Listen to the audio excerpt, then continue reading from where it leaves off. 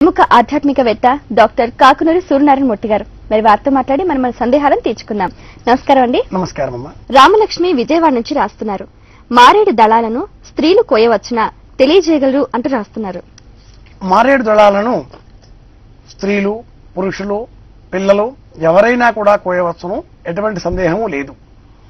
అయితే స్త్రీలు తులసి దళాలను కోయాలి, పురుషుడు మారేడు దళాలను కోయాలి, లేదా స్త్రీలు తులసి దళాలను కోయకూడదు, పురుషులు మాత్రమే కోయాలి, ఇటువంటి వాక్యాలు చెబుతూ ఉంటారు.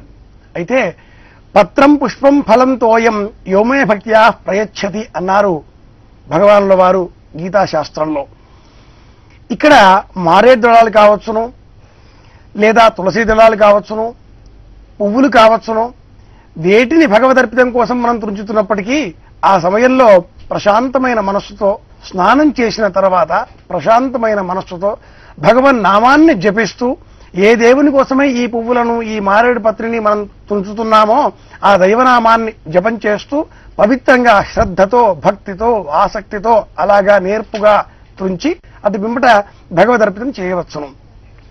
అయితే తులసీ దళాలని, మారేడు దళాలని లోకంలో మాత్రం ఒక ఆచారంగా ఏర్పడింది, వీటిని పురుషులు మాత్రమే కోయాలి అనేది. ఈ విషయాలు ఏ శాస్త్రంలోనూ ప్రత్యేకంగా చెప్పబడలేదు, కానీ అలవాటులో మాత్రం ఒక సంప్రదాయంగా పురుషులు మాత్రమే తులసీ దళాలని, మారేడు దళాలని తుంచడం ఈనాడు మనం లోకంలో గమనిస్తున్నాం. మారేడు వృక్షం ఉన్నప్పుడు ఆ మారేడు పత్రాలను, బిల్వ దళాలను అవి రెండు రకాలుగా దొరుకుతాయి. ఏకపత్రము, 3 ఆకులు కలిగినటువంటిది. వీటిని తుంచే సమయంలో ఈనాటి కాలంలో మాత్రం పురుషులు మాత్రమే తుంచడం అనేది ఒక సంప్రదాయంగా, అలవాటుగా, ఆచారంగా వచ్చిందే కానీ ఎక్కడా ఈ విషయాలు ప్రత్యేకంగా ధర్మశాస్త్రంలో చెప్పబడలేదు. కాబట్టి వీలైతే అమ్మ మీరు కూడా భక్తిపూర్వకంగా స్నానం చేసిన తర్వాత శివాయ నమః, మహేశ్వరాయ నమః, శంభవే నమః, పినాకినే నమః, శశిశేఖరాయ నమః, వామరూపాయ నమః, విరూపాక్షాయ నమః ఇట్లాగా ఈశ్వర నామాలు చెబుతూ బిల్వదళాలని భక్తిపూర్వకంగా తెంచవచ్చును, పరమేశ్వరుడికి అర్పించవచ్చును. మురళీధర్రావు హైదరాబాద్ నుంచి రాస్తున్నారు, సంధ్యా వందనాన్ని కేవలం మధ్యాహ్న సమయంలో చేయవచ్చునా తెలియజేయగలరు అంటూ రాస్తున్నారు. మురళీధర్రావు గారు, సంధ్యావందనము త్రికాలములలోనూ చేయాలి. ఉదయము, మాధ్యాహ్నికము, సాయంత్రము ఈ 3 వేళల్లోనూ సంధ్యావందనాన్ని తప్పనిసరిగా ఆచరించాలి. మధ్యాహ్న సమయంలో కదాచిత్ ఒకవేళ ఆచరించినప్పటికీ ఉదయము, సాయంత్రము సంధ్యా సమయాలలో మాత్రము తప్పనిసరిగా ఆచరించాలి. తప్పనిసరిగా ఆచరించవలసిన ఉదయ సాయంత్రం సమయాల సంధ్యావందన విషయాన్ని పక్కన అట్టిపెట్టి మధ్యావందనం అంటే మాధ్యాహ్నిక సంధ్యాన్ని చేయవచ్చునా అంటూ మీరు అడగడంలో నాకు కొంచెం ఆశ్చర్యంగా అనిపిస్తోంది. చాలా మంది మాధ్యాహ్నిక క్రియ, మధ్యాహ్న సంధ్యావందనం అంతగా ఆచరించరు. ఎందుకంటే ఈనాటి కాలంలో మనం వృత్తి వ్యాపార నిమిత్తుల కోసమని ఉదయం వెళితే సాయంత్రం వస్తూ ఉంటాం. కాబట్టి ఉదయం సంధ్యావందనం చేయడం, అట్లాగే సాయంత్రం సంధ్యావందనం చేయడం ఇవి మనం గమనిస్తూ ఉన్నాం. సంప్రదాయజ్ఞులు, వైదికులు, నిష్ఠాగరిష్ఠులు ఉదయము, మాధ్యాహ్నికము, సాయంత్రము 3 వేళలలోనూ సంధ్యావందనం చేస్తుంటారు. గాయత్రి, సావిత్రి అన్న పేరుతో ఈ సంధ్యావందనం చెప్పబడింది. సంధ్య అంటేనే సంధి కాలము అని అర్థం. సంధ్యావందనం అనగానే అపవిత్ర పవిత్రో వా సర్వావస్థానం గౌతమ అంటూ నీటిలో వేలు పెట్టి నిధిలో చిలకరించుకొని కేశవాయ స్వాహ అంటూ ఆచమనం చేసి ముక్కు మూసుకొని ప్రాణాయామం చేసి అటుపిమ్మట జపం చేసి ఒక అరగంట గంట ప్రాజెక్టు అని అందరూ భయపడుతూ ఉంటారు. నిజానికి సంధ్యావందనంలో ఇవన్నీ కూడా వేదం చెప్పలేదు. వేదం తర్వాతి కాలంలో ఇవన్నీ కూడా ఋషుల కాలానికి, శృతుల కాలానికి ఏర్పడ్డాయి. కేవలం ఉదయము, సాయంత్రము ఈ వేళలలో మాత్రం తప్పనిసరిగా ఆచరించాలి. ఆ సమయంలో మందేహులు అనబడే పేరుల రాక్షసులు సూర్యమండలాన్ని ఆవరించి ఉంటారుట.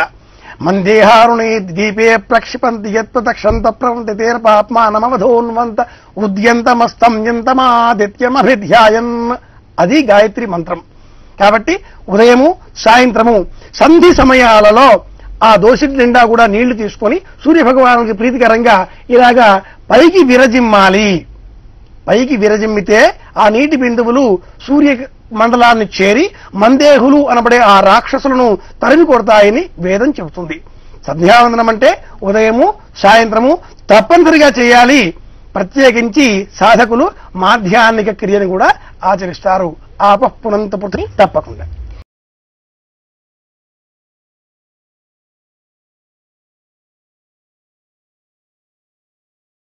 సాంబశివరావు విజయవాడ నుంచి రాస్తున్నారు. కర్మకాండలకు వెళ్లిన వారు నేరుగా ఇంటికి రావాలా, వివరించండి అంటూ రాస్తున్నారు. కర్మకాండలు అంటే ఎవరైనా చనిపోతే బంధువులు చుట్టాలు ఆ ఇంటికి వెళితే అని మీ ప్రశ్న, అంతే కదా? రైట్. ఆ విధంగా బంధువులు ఎవరైనా మరణించినట్లయితే మరణించినటువంటి ఆ క్రియలకు మనం ఆ విధంగా హాజరీ ఇచ్చినట్లయితే అక్కడి నుంచి నేరుగా ఇంటికి రాకుండా సమీపంలో ఉండే ఏదైనా ఒక దేవాలయానికి వెళ్లి నమస్కారం చేసి అటు పిమ్మట ఇంటికి రావాలి. అయితే ఆ బంధువులు మరీ మన ఇంట్లో మన ప్రాంతంలోని వారే అయినప్పుడు మాత్రం చక్కగా ఆ స్థలం నుంచి ఇంటికే రావాల్సి ఉంటుంది. ఇంక ఏ ఇంటికి ఏ బంధువుల ఇంటికి కూడా వెళ్ళకూడదు. అనాహూయాద్వరం గచ్చేత్ ఆహూతేపి శుభానుచ ఆహూయాద్ అనహూయాద్వా నగచ్చేత్ ప్రేతకర్మసు అని ధర్మసూక్తి. అంటే ఆహూయేపి శుభానుచ, పిలిస్తేనే శుభకర్మలకు వెళ్ళాలి. ఎవరింట్లోనో పెళ్లి ఉంది, వాళ్ళేదో ఇన్విటేషన్ మనకు పంపించారు, అది ఇన్విటేషనా ఇంటిమేషనా? మా ఇంటికి మీరు రావాలి అడుగుతున్నారా, మా ఇంటికి మీరు సకుటుంబంగా వచ్చేసి భోజనం చేసి మమ్మల్ని ఆనందపరచాలి అడుగుతున్నారా అన్నది కూడా తేడా. కాబట్టి ఇది ఇన్విటేషనా ఇంటిమేషనా గమనించాలి. పిలిస్తేనే శుభానికి వెళ్ళాలి, పిలవకపోతే సభలకు వెళ్ళకూడదు. అనాహూయాద్వరం గచ్చేత్, పిలవకపోయినా కూడా ఎక్కడైనా యజ్ఞాలు యాగాలు హోమాలు అవుతున్నాయి అని తెలిస్తే వాటికి మాత్రం పిలవకపోయినా కూడా వెళ్ళాలి. అయితే వారు అడిగినట్లుగా ప్రేతకర్మలు లేదా ఇతర బంధుమిత్రాదుల గృహాలలో అడిగినటువంటి అశుభ కర్మలు ఏవైనా కర్మకాండలు వాటికి వెళ్ళినట్టయితే మాత్రం వాటికి వెళ్ళకూడదు అనే ధర్మం చెప్తుంది. ఆహూయాద్, పిలిచినప్పటికీ, అనహూయాద్, పిలవనప్పటికీ, నగచ్చేత్ ప్రేతకర్మసు, కర్మకాండలయ్యే చోటికి ఎవరు వెళ్ళకూడదు అని ధర్మం చెబుతుంది. కానీ బంధువులు పాలివాళ్లు కావలసిన వాళ్ళు మనం తప్పకుండా ఓదార్చవలసినటువంటి వాళ్ళు అటువంటి ఇంట్లోకి వెళ్ళినప్పుడు మాత్రం అక్కడి నుంచి సమీపంలో ఉండే ఏదైనా ఒక దేవాలయానికి వెళ్లి బయట నుంచే ఆ దేవతామూర్తికి నమస్కారం చేసుకొని అటు పిమ్మట ఇంట్లోనికి వెళ్ళాలి. దేవాలయానికి వెళ్ళమన్నారు కదా అని చెప్పేసి లోనికి వెళ్ళేసి ప్రదక్షిణాలు చేసి టెంకాయ కొట్టేసి పూజలు చేసి ఇవన్నీ కాదండి. ఆలయానికి వెళ్లి బయట నుంచే ఆలయ స్వామిని ఆరాధన చేసుకుని ఒక్క మాటగా నమస్కారం చేసుకుని అటు పిమ్మట ఇంట్లోకి వెళ్ళాలి. ఇంకా ఏ బంధువుల ఇంటికి అక్కడి నుంచి వెళ్ళకూడదు. ఇది ధర్మం. మరో ఉత్తరం చూద్దామండి. తప్పకుండా. మాధవి విశాఖ జిల్లా నుంచి రాస్తున్నారు. చిన్న పిల్లలకు శాస్త్ర ప్రకారం ఏ వయసులో అక్షరాభ్యాసం చేయించాలి తెలియజేయగలరు అంటూ రాస్తున్నారు. చిన్న పిల్లలకు అక్షరాభ్యాసం చేయడం ఎప్పుడు? 3వ సంవత్సరంలో అక్షరాభ్యాసం చేయాలి అని వేదం చెప్తుంది. ధర్మం కూడా ఇదే వాక్యాన్ని నిర్దేశిస్తుంది. అయితే తృతీయే వత్సరే చౌలం, 3వ సంవత్సరంలో చూడాకర్మ చేయాలి కనుక అటు పిమ్మట 5వ సంవత్సరంలో అక్షరాభ్యాసం చేయాలి అంటూ ఆపష్టంభుడు బోధాయనుడు మొదలైన మహర్షులు సవివరంగా ధర్మశాస్త్రాలలో బోధించారు. 3వ సంవత్సరమా 5వ సంవత్సరమా అన్న చర్చలు పక్కన పెట్టినట్లయితే అధిక శాతం మంది స్మృతికారులు 18 మందిలో అధికం శాతం వాళ్ళంతా కూడా 5వ ఏటనే విశేషంగా అక్షరాభ్యాసం చేయించాలి అంటూ శృతిగా ధర్మంగా చెప్పారు. అవి ధర్మశాస్త్రంలో చెప్పబడినటువంటి విషయాలు. అయితే అలవాటులో 48 సంస్కారాలలో ముఖ్యంగా గర్భాధానము, సీమంతము, పుంసవనము, జాతకర్మ, నామకర్మ, అన్నప్రాశనము, చౌలము అన్న తర్వాత ఈ అక్షరాభ్యాసము అనేది ప్రత్యేకంగా ఒక సంస్కారంగా చెప్పబడలేదు. కానీ చౌలంతో పాటుగా ఉపనయనం కంటే ముందు వచ్చేటటువంటి స్నాతక విధి విధానాలలో అక్షరాభ్యాసం కూడా ఒకటి కనుక 5వ సంవత్సరం అక్షరాభ్యాసం చేయాలి అని ధర్మం చెబుతుంది. ఈ అక్షరం కూడా ఓ నమః శివాయ సిద్ధన్నమః అన్న వాక్యంతో శ్రీకారం చుడుతూ ఓం నమః శివాయ సిద్ధన్నమః అంటూ చెబుతారు. 5వ ఏట అక్షరాభ్యాసం చేయాలి. ఇది ఇప్పుడు ఈనాటి కాలంలో ఉన్నటువంటి అలవాటును అట్లాగే ధర్మశాస్త్రాలు చెప్పినటువంటి విషయం కూడా. 3వ ఏట అంటూ కొంతమంది చెప్పినప్పటికీ అలవాటులో సంప్రదాయంలో మటుకు 5 ఏళ్ల అక్షరాభ్యాసమే ఈనాడు అలవాట్లో వచ్చింది. ఇది గమనించవలసినటువంటి విషయం. మరో ఉత్తరం చూద్దామండి. శ్వేత హైదరాబాద్ నుంచి రాస్తున్నారు. భగవంతుడికి సంబంధించిన కళలు వచ్చినప్పుడు ఇతరులకు చెప్పకూడదా, తెలియజేయగలరు అంటూ రాస్తున్నారు. చెప్పకూడదు. శ్వేత గారు, మీ ప్రశ్నకు సమాధానం ఒక్క ముక్కలో చెప్తున్నాము. భగవంతునికి సంబంధించినటువంటి కళలు ఏవి వచ్చినప్పటికీ ఇతరులతో చెప్పకూడదు. కళలు ఏవైనా కూడా వచ్చిన వెంటనే యశివో నామరూపాభ్యాం యాదేవి సర్వమంగళ తయో సంస్మరణాత్మంసాం సర్వతో జయమంగళం అన్న శ్లోకాన్ని చదువుకొని మనసారా ఇష్టదైవాన్ని ప్రార్థన చేసి అటు మిమ్మట గ్లాసు మంచినీళ్లు త్రాగి మళ్లీ పడుకోవడానికి ఉపక్రమించాలి. కళలు తెల్లవారుజామున వచ్చినట్లయితే, అంటే 4 గంటల నుంచి 5 గంటల లోపల వచ్చినట్లయితే అవి సమీప కాలంలో 1 మాసం లోపల ఫలిస్తాయి అంటూ స్వప్న శాస్త్రం చెబుతుంది. అర్ధరాత్రి, అపరాత్రి లేదా పడుకున్న వెంటనే కాసేపటికి వచ్చిన కళలకు అంతగా పాటింపు లేదు అని కూడా చెబుతుంది స్వప్న శాస్త్రం. అలా కాకుండా ఇక మనం మెలుకుపోయే ముందర కళ వచ్చింది, 5:30, 5 ఆ ప్రాంతంలో తెల్లవారుజామున కళ వచ్చింది అంటే మరింత సమీప కాలంలోనే, అంటే వారం రోజుల్లో 10 రోజుల్లోనే ఆ కళ ఫలిస్తుంది అంటూ స్వప్న శాస్త్రం చెబుతుంది. ఇక మధ్యాహ్నం వేళన భోజనం చేసిన తర్వాత న్యాప్ అంటారు ఇంగ్లీష్లో. ఎవరైనా నిద్రపోయినట్లయితే ఆ నిద్రకి న్యాప్ అనాలి. నిద్రించినట్లయితే ఆ నిద్రలో ఏవైనా కళలు వస్తే అటువంటి కళలకు మాత్రం ఎంత మాత్రమూ పాటింపు లేదు. పగటి కళలు పనికి చేటు అంటారు పెద్దలు. కనుక కళలు వాటి వాటి ఫలితాంశాలని మనకు మనం తెలుసుకోవాలి, మనస్సులో ఉంచుకోవాలి, భగవంతుడికి ప్రార్థన చేయాలి. అంతేకాని నాకు ఈ కళలు వచ్చాయి, దేవునికి సంబంధించిన కళలే కాదండి, ఏ కళలు వచ్చినప్పటికీ కూడా కళలు ఇతరులతో చెప్పుకోరాదు అని చెబుతారు పెద్దలు. మరి కళల ఫలితాలు ఎలా తెలిసేది అంటే, అటువంటి శాస్త్రం తెలిసిన వాళ్ళు ఎవరైనా ఉంటే కళల శాస్త్రము, స్వప్న శాస్త్రము, జ్యోతిష్కుడు అటువంటి వారి దగ్గరికి వెళ్లి మర్నాడు ఉదయమే లేచి స్నానం చేసుకుని ఇష్టదేవతారాధన అంతా కూడా నెరవేర్చుకుని అటు పిమ్మట ఆ జ్యోతిష్కుడి వద్దకు వెళ్లి పళ్ళు తమలపాకులు అవి సమర్పించి, అయ్యా రాత్రి నాకు ఈ కళ వచ్చింది, ఈ కళ ఫలితాంశం ఏమిటి అంటూ ప్రశ్నించి తెలుసుకోవాలి. కానీ నాకు ఈ కళ వచ్చింది, ఇంత జరుగుతుందా, ఇలా అవుతుందా అంటూ అందరితో కూడాను మనకు వచ్చిన కళలు పంచుకోకూడదు, చెప్పకూడదు అంటూ స్వప్న శాస్త్రము ఒక విధిని, నిషేధాన్ని నియమించింది. ఇది సంగతి. తప్పకుండా. రమాదేవి మచిలీపట్నం నుంచి రాస్తున్నారు. ఇంటి స్థలాన్ని తవ్వినప్పుడు విగ్రహం దొరికితే దాన్ని ఏం చేయాలి, తెలియజేయగలరు అంటూ రాస్తున్నారు. రమాదేవి గారు, ఇంటి స్థలాన్ని కోసం ఆ విధంగా మీరు త్రవ్వినప్పుడు ఏదైనా విగ్రహం లభించినట్లయితే సమీపంలో ఉన్నటువంటి దేవాలయానికి ఆ విగ్రహాన్ని అందజేయాలి. అలాగే సమీపంలో ఉన్నటువంటి బంధువులకు, బ్రాహ్మణోత్తములకు కూడా ఈ విషయాన్ని చెప్పాలి. విగ్రహము ఎంత చిన్నది అయినప్పటికీ, ఎంత విలువైనప్పటికీ, లేదా ఎంత పెద్దది అయినప్పటికీ సమీపంలో ఉన్నటువంటి ఆలయానికి ఆ విగ్రహాన్ని అందజేయాలి. ఒకవేళ ఆ విగ్రహము భిన్నమై ఉంటే, అంటే చెయ్యి విరిగిపోవడమో, కాలు విరిగిపోవడమో, ముక్కు తొలగిపోవడమో అటువంటి రూపంలో ఒకవేళ ఆ విగ్రహం లభించినట్టయితే ఆ విషయాన్ని కూడా సమీపంలో ఉండే ఆలయంలో ఉండేటువంటి ఆలయ నిర్వాహకులకు, అర్చకులకు చెప్పి అటు పిమ్మట ఆ విగ్రహాన్ని ప్రవహించే నదిలో నిమజ్జనం చేసే విధంగా తగిన చర్యలు మీరే తీసుకోవాలి. ఎందుకంటే అది మీకు చెందినటువంటి స్థలం. అటువంటి స్థలంలో దొరికినటువంటి నిధి, నిక్షేపాదులు ఇవన్నీ కూడా ప్రభుత్వానికి చెందుతాయి. ఆ విధంగానే విగ్రహాదులు, దైవ సంబంధితమైనటువంటివి ఏవైనా లభించినట్లయితే ఆ వస్తుజాలం అంతా కూడాను ఆ ప్రాంతానికి చెందినటువంటి ఆలయానికి, దైవానికి సంబంధించింది అయి ఉంటుంది. మీ ఇంటి ప్రాంతంలో విగ్రహం లభించింది అనుకుంటే సమీపంలో ఉన్నటువంటి ఆలయం పరిసర ప్రాంతాలే అవన్నీ కూడా అవుతాయి. అంటే ఆ ఆలయానికి చెందినటువంటి ఉప ఆలయాలు కానీ, ఆ ఆలయానికి చెందినటువంటి శిథిల శిలలు కానీ, లేదా ప్రాచీన శిలా రూపాలు కానీ ఈ విధంగా వెదజల్లబడి భూమిలో కప్పబడి ఉండవచ్చును. మీరు ఇంటి కోసం త్రవ్వినప్పుడు లభించి ఉండవచ్చును. కనుక ఆ విగ్రహము ఆ ఆలయానికి చెందినదిగా భావించి మీరు అక్కడికి సమర్పించాలి.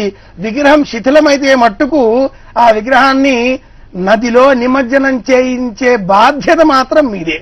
ఆ బాధ్యత మీరు తప్పించుకుంటే మాత్రం భగవంతుడికి అపచారం చేసిన వాళ్లే అవుతారు. ఇది సంగతి. మరోత్తరం చూద్దామండి. తప్పకుండా. లక్ష్మీనారాయణ విశాఖపట్నం నుంచి రాస్తున్నారు. పూజా మందిరంగా వాడే అర ఇనుపదై ఉండకూడదా, తెలియజేయగలరు అంటూ రాస్తున్నారు. లక్ష్మీనారాయణ గారు, పూజా మందిరంగా వాడవలసినటువంటి ఆ గోపురము దారువు చెక్కతో చేయబడినదై ఉండాలి. ఇది మొదటి లక్షణం. అంటే పెట్టుకునే అర. దానికే గోపురం అని కాని లేదా పూజా వేదిక అని కాని ఆ సత్యనారాయణ పూజా స్థలం చేసేటువంటి ఆ మంటపం కాని ఇవన్నీ కూడాను చెక్కతో చేయబడినవి ఉండాలి. ఇది మొదటి లక్షణం. ఇనుము 4 లోహాలలో చివరిది కనిష్టమైనటువంటిది అని చెప్తారు. రాజతంబాధవాతామ్రమార కూటేన నిర్మితం అని ధర్మం. అంటే బంగారంది కాని వెండిది కాని ఇత్తడిది కాని చెక్కది కాని చివరకు మట్టితో చేయబడినది కాని అయి ఉండాలి అని ధర్మం చెబుతుంది. అంతేగాని ఈ వరుస క్రమంలో ఎక్కడా కూడా ఇనుము ప్రసక్తి లేదు. కాబట్టి శక్తి ఉన్నట్లయితే బంగారంతో వెండితో లేదా ఇత్తడితో రాజలోహాలతో రాగితో కూడా చేయించుకోవచ్చును. లేని పక్షంలో చెక్కతో చేయించుకోవాలి. అది కూడా వీలు కాని పక్షంలో మట్టితో చేయించుకోవాలి. కానీ ఇనుప తలుపులు ఇనుపకు సంబంధించిన వస్తువులు వాడకూడదు అని చెబుతారు పెద్దలు. సందర్భం వచ్చింది కాబట్టి చెబుతున్నాను మిత్రులారా. చాలా మంది పూజాగృహంలో పూజా సమయంలో పూజ కోసమే అర్చించేటటువంటి సమయంలో వినియోగించే పాత్రలు స్టీలువై ఉంటున్నాయి. ఇది దోషం. స్టీలు పాత్రలు దేవుని పూజకై వినియోగించరాదు. ఎందుకని అంటే స్టీలు ఇనుముతో చేయబడినటువంటి అంశం.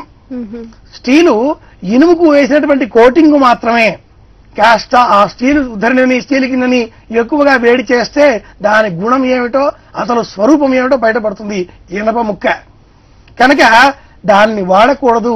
స్టీలు వాడకూడదు. స్టీలుకు బదులుగా చక్కగా సంప్రదాయంలో చెప్పినటువంటి రాగి కాని ఇత్తడి కాని వెండిది కాని ఈ పాత్రల్ని వాడుకోవచ్చు. అలా కాకుండా పూజా గదికి మీరు అడిగారు, తలుపులు ఇనుపవి చేయించవచ్చునా అన్నారు. అది దోషం. చెక్కతో చేయించండి. ఈనాటి కాలంలో చెక్క కూడా చాలా రకాలుగా లభిస్తుంది. తక్కువ ధరకి కూడా ఈనాటి కాలంలో చెక్కతో చేయబడినటువంటి రెడీమేడ్ తలుపులు కూడా లభిస్తున్నాయి. కాబట్టి ఇనుము కంటే ఒక రకంగా చెక్క సులభము, శ్రేష్టము, సంప్రదాయంలో చెప్పబడింది. కనుక దేవుని గదికి తలుపులు చెక్కతో చేయించండి. దేవుని మంటపం కూడా చెక్కతో చేయించండి. దేవుని గదిలో వినియోగించేటటువంటి పాత్ర సామాగ్రి అంటే ఉద్ధరణ, స్థాళి, చెంబు, కలశం ఇవన్నీ కూడాను ఇత్తడి కాని రాగి కాని వెండి కాని ఇటువంటి రాజలోహాలతో చేయించి వాటితో వాడండి. అట్లా అయితేనే భగవంతుడి సేవ సంప్రదాయంగా, సలక్షణంగా, సశాస్త్రీయంగా అవుతుంది అని చెప్పుకోవాలి. ధర్మం విషయాన్ని అడిగితే మట్టుకు ఇనుము పనికిరాదు, స్టీలు అంతకంటే పనికిరాదు అని చెప్పుకోవాలి. ఇది సంగతి. మరో ఉత్తరంలో వారి సందేహాన్ని చూద్దామండి. తప్పకుండా. జంధ్యాల గుడివాడ నుంచి రాస్తున్నారు. ప్రసాదం అనే పదానికి అర్థం ఏమిటి, తెలియచేయగలరు అంటూ రాస్తున్నారు. జంధ్యాల గారు, ప్రకృష్టమైన సాదము ప్రసాదము అని చెప్పుకోవాలి. సాదము అనగా భుజించేటటువంటి పదార్థము అని అర్థం. విశిష్టమైనటువంటిది అని అర్థం. ప్రసాదము అంటే విశిష్టమైనటువంటి భగవదర్పితం చేయబడినటువంటి పదార్థము అని చెప్పుకోవాలి. అయితే భగవంతుడికి ప్రీతికరంగా మనం అర్పించేదే ప్రసాదం అవుతుందా, నివేదనగా చూపించేదే అవుతుందా? ఆయన ఇచ్చినందువల్ల ఈ సృష్టి, ఈ ప్రకృతి, ఈ ఆహార పదార్థాలు ఇవన్నీ కూడాను కనుక ఆయన కోసమని ఏ అరటిపొడిలో మరింకేవో తీసుకొచ్చాం, ఆయన ముందర ఉంచాం. అలాగా ఓం భూస్వ అంటూ మంత్రం చదివి తత్సవితుర్వేది అని చెప్పేసేసి నివేదనం చూపిస్తూ ఆ విధంగా ప్రాణాయనమ, అపానాయనమ, వ్యానాయనమ, ఉదానాయనమ, సమానాయనమ అని చెప్పిన తరువాత అందులో ఉండే పళ్ళల్లో ఉండే ప్రసాదమే అంటే పళ్ళు గాని మరింకేమైనా గాని అవే ప్రసాదం అవుతాయా? ఇతరమైనవన్నీ కూడా భగవంతుడు ఇచ్చినవే కదా, అవి మాత్రం ప్రసాదం కావా అని అంటే మట్టుకు కావు అనే చెప్పాలి. ఎందుకంటే భగవంతునికి చేసేటటువంటి పూజ ఒక ప్రయోగం వంటిది. ఒక సంపూర్ణమైనటువంటి ల్యాబొరేటరీలో, సంపూర్ణమైనటువంటి విధి విధానంలో ఒక శాస్త్రజ్ఞుడు చేసేటటువంటి ఎక్స్పెరిమెంట్ అని చెప్పుకోవాలి. అటువంటి ఆ ఎక్స్పెరిమెంట్ లో పిప్పెట్టు, బ్యూరోలు తీసుకుని అందులో విహితమైనటువంటి కెమికల్స్ వేసి, విహితమైనటువంటి వేడి చేసి, ఒక ఆక్సిజనో మరింకేదో ఆ శాస్త్రజ్ఞుడు పుట్టించే ప్రయత్నం చేస్తుంటాడు. ఆ విధంగానే భగవంతుడు సేవకై అనేక సామాగ్రిని మనం సమీకరించుకొని ఆయనని ఆవాహన చేసి, అనంతమైన శక్తి, అటువంటి శక్తిని ఇక్కడ మనం ఒక ప్రతిమా రూపంలో కానీ లేదా కలశ రూపంలో కానీ ఆవాహన చేసి, ఆవాహన సమయంలో బీజాక్షరాలన్నీ కూడా చెప్పి, మంత్రంతో ప్రాణ ప్రతిష్ఠ చేసి, అటు పిమ్మట ధ్యాయామి, ఆవాయామి, పాదయోపాద్యం, అర్ఘ్యం, ధూపం, దీపం, నైవేద్యం, ఆచమనీయం ఇవన్నీ చేసిన తరువాత ఆ స్వామికి ప్రకృష్టమైనటువంటి సాధముగా ఈ ప్రసాదాన్ని సిద్ధం చేసి చెప్తున్నాం. ఆ చేసే సమయంలో కూడా స్వామివారి ముందర ఆ స్వామికి తగినటువంటి మంటపం ఏర్పాటు చేయాలి. ఆ నివేదన పెట్టే ముందర అక్కడ రంగవల్లికలు తీర్చిదిద్దాలి. దానిపైన ఈ ప్రసాదాన్ని ఉంచాలి. ముగ్గులో పైన పెట్టితేనే అది విశేషంగా అవుతుంది. అటు పిమ్మట మంత్రపూర్వకంగా అరచేతిలో నీరు తీసుకొని ఆ ప్రసాదం చుట్టూ కూడా చిలకరించి, అటు పిమ్మట చుట్టూ కూడా ఆ విధంగా త్రిప్పిన తరువాత ఇంకా ఈ పదార్థము, ఈ ద్రవ్యము ఇది భగవదర్పితము, దీనిపైన ఇంకా ఎవరూ ఈ నిమిషంలో ఆశించరాదు అనే వాక్యాలు ఆ మంత్రంలో, ఆ అర్థంలో ఉంటాయి. ఆ విధంగా చెప్పిన తర్వాత ప్రాణాయ నమః, అపానాయ నమః అంటూ చెబితే అది ప్రసాదం అవుతుంది. సందర్భం వచ్చింది కాబట్టి చెప్తున్నాను. దేహంలో కూడా దేవుడు ఉంటాడు. ఆయన జీవుడు అని చెప్పుకుంటున్నాం. భోజనం చేసే వేళన మొట్టమొదట మన కంచం చుట్టూరా కూడాను ఆ విధంగా నీళ్లు త్రిప్పిన తర్వాత ఈ ప్రసాదము, ఈ భోజనము నాలో ఉండే దేవుడికి మాత్రమే చెందింది అని నియమం చెప్పుకొని, ఇంకా వేరే ఏ భూతాదులు, ఇంకా ఏ క్రిమికీటకాదులు దీన్ని ఆశించరాదు అని నియమం చేసుకొని, అటు పిమ్మట నెయ్యి వేసినటువంటి 5 ఆహుతులను ప్రాణాహుతులు అంటారు. వాటిని నోట్లో అలాగా వేసుకుంటాం. ఈ ప్రాణాహుతులను వేసుకునే సమయంలో ఈ ధేను ముద్రతో ఆ ఆహారాన్ని అలాగా 5 సార్లు ముందు వేసుకోవాలి. ప్రాణాయ నమః, అపానాయ నమః, వ్యానాయ నమః, ఉదానాయ నమః, సమానాయ నమః. ఈ 5 ఆహుతులు పంటికి పెదవికి కూడా తగలకుండా వేసుకున్న తరువాత ఇక మనం ఎంత కావలిస్తే అంత కుంభాలు మేయవచ్చు. లెక్క మాదిరిగా వస్తే మట్టుకు దేవుడికి సమర్పించిన ప్రసాదం కూడాను, ఈ ఉదాహరణ ఎందుకు చెప్పానంటే, దేవుడికి సమర్పించిన ప్రసాదం కూడాను పంటికి పెదవికి తాకకుండా ఆ మాటన నాలిక పైన వేసుకుని మింగేయాలి. నమలకూడదు. దేవుడి ప్రసాదాన్ని నమలకూడదు. దానికి చర్విత దోషము అని అంటుంది ధర్మశాస్త్రం. కనుక ప్రసాదం అంటే ఏమిటి అంటే ఇంత పెద్దగా చెప్పాడేమిటి అనుకోకుండా, ప్రసాదం భగవంతుడు సమర్పించినటువంటి నివేదన 1. 2 ప్రసాదాన్ని పంటికి పెదవికి తాకకుండా నాలిక పైన వేసుకుని ఆ వాసన మింగివేయాలి. అంతేగాని అంతలావుగా శిర తీసుకుని గిన్నెడు శిరంతా పెట్టుకుని ఇదంతా ప్రసాదమే, డజన్ అరటిపళ్ళు ప్రసాదమే, నేనే తింటాను అలాంటిది చెప్పుకోకూడదు. సూక్ష్మంగా భగవంతుడి ప్రసాదంగా కొద్దిపాటిగా ఈ ధేను ముద్రతో స్వీకరించి గొంతులో వేసుకోవాలి. ఇది ప్రసాద లక్షణం. చాలా సంతోషం అండి.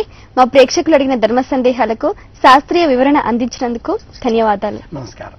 మీకు కూడా ఏవైనా ఆధ్యాత్మిక ధర్మ సందేహాలుంటే మీ సందేహాన్ని క్లుప్తంగా, సూటిగా, స్పష్టంగా పోస్ట్ కార్డ్ పై రాసి మాకు పంపించండి. మా చిరునామా ధర్మ సందేహాలు, భక్తి TV, care of Rachana television private limited, road number 92, Jubilee hills, 5,33,000. మరో చక్కని కార్యక్రమంలో మీ సందేహ